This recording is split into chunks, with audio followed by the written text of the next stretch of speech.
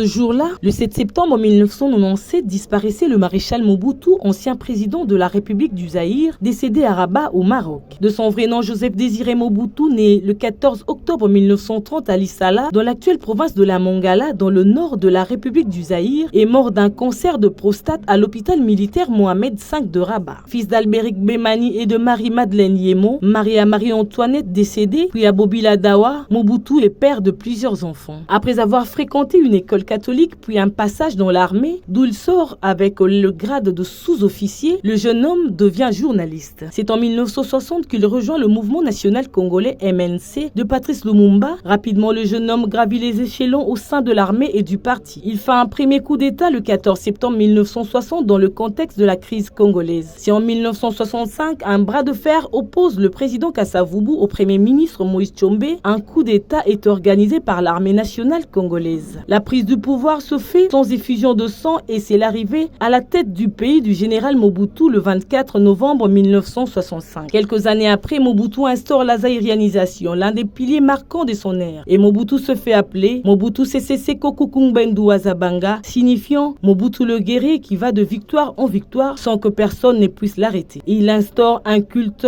en sa personnalité. En 1971, le pays est renommé Zaïre et il en était de même pour le fleuve et la monnaie officielle.